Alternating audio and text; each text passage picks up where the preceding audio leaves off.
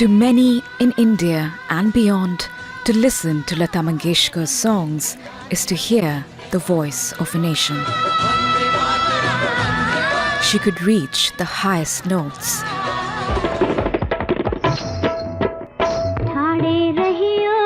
Conquer any range, unfettered by genre or style.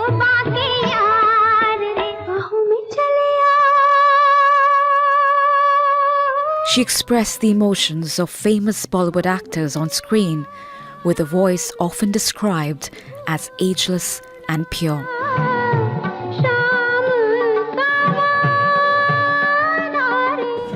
Born in the city of Indore in 1929, Lata Mangeshkar was the eldest of 5 children. Her father was a classical singer and theatre actor who died when she was 13.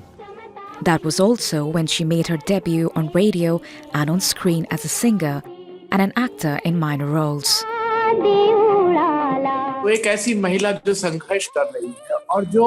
She was a woman who was struggling, and she entered a male-dominated industry in the 1940s and made a mark by maintaining an utmost dignity. After India lost a border war to China in 1962, Lata Mangeshkar sang the nation's. Over decades, she became one of India's most prolific artists,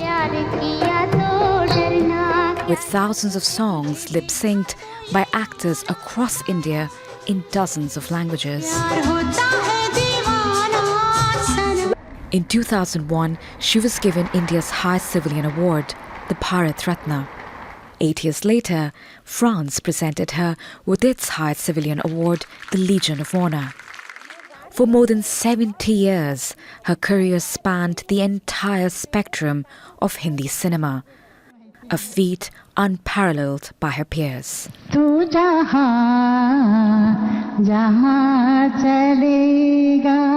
Lata Mangeshkar, the daughter of India, was 92.